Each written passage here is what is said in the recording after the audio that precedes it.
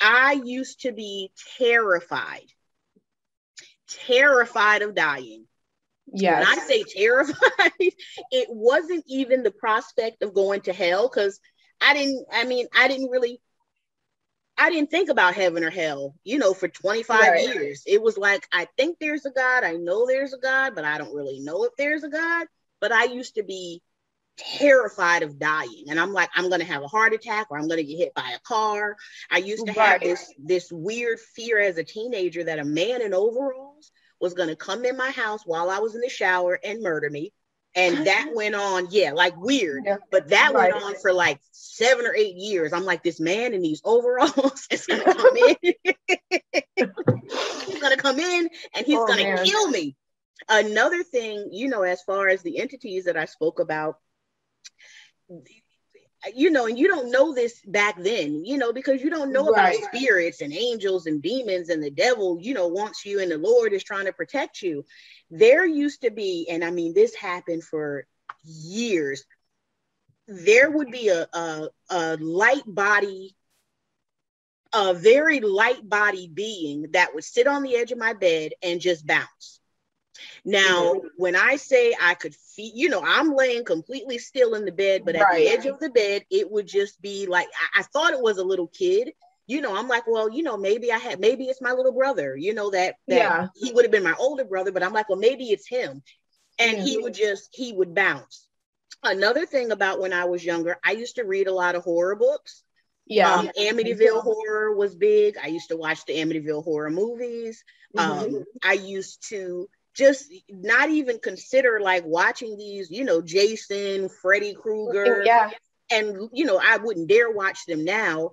But even as I got older, I was like, okay, this isn't really that scary. But back when I was a child, this was terrifying, but I kept Right. watching it.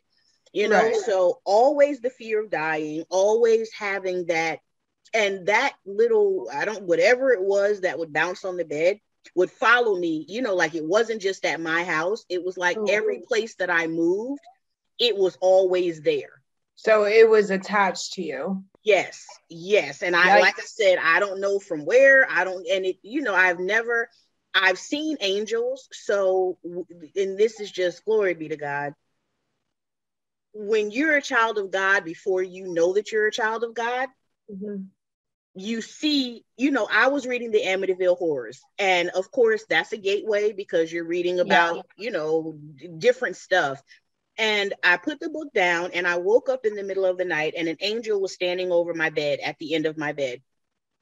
And I looked, and then it just opened up its wings and just fell and disappeared. Now, I Oh used to be wow. high a lot. Used to be Right. high. Like, Right. so I thought I saw an alien, like, and I need to call my girlfriend because I'm like, she has a memory out of this world. And I want to Right. call her and say, do you remember that night that we were at the IBM parking lot getting high? Do you remember us seeing that UFO? Yeah. And now I don't believe, I believe it's either angels or demons. Like there's Yeah. no in between, but I clearly Right. remember seeing an angel. And I was like, oh, I just always thought that was my guardian angel.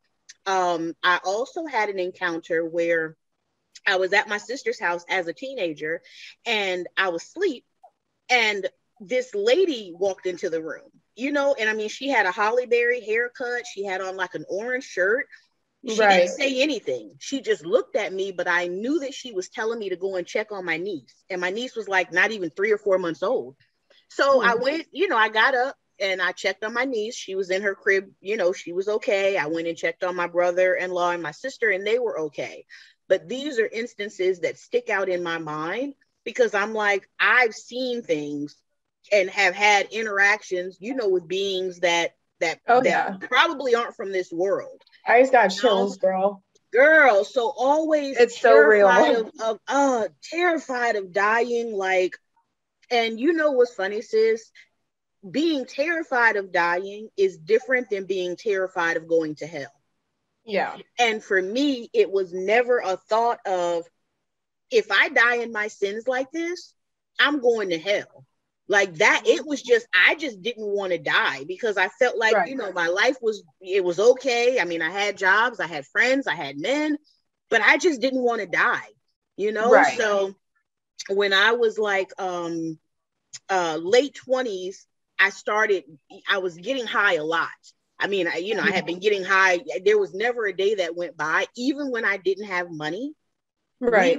We would go and donate blood to get high. We would save up roaches to be able to smoke the roaches if we got really, really down. And that's how you know it was an addiction. It was an idol. Oh yeah. True idol. So I had You would do stopped. anything. I mean, who donates blood to get high? I mean, well, I'm sure there's a lot of people that donate blood to get high. But looking back on that, I'm just like, that was so tragic, that I needed it that much that I would be like, you know what, we're going to ride to Virginia and we're going to donate some blood, and then we're going to be able to get us some weed. So in my late 20s, maybe 27, 28, I would be smoking and I would have like really bad heart palpitations.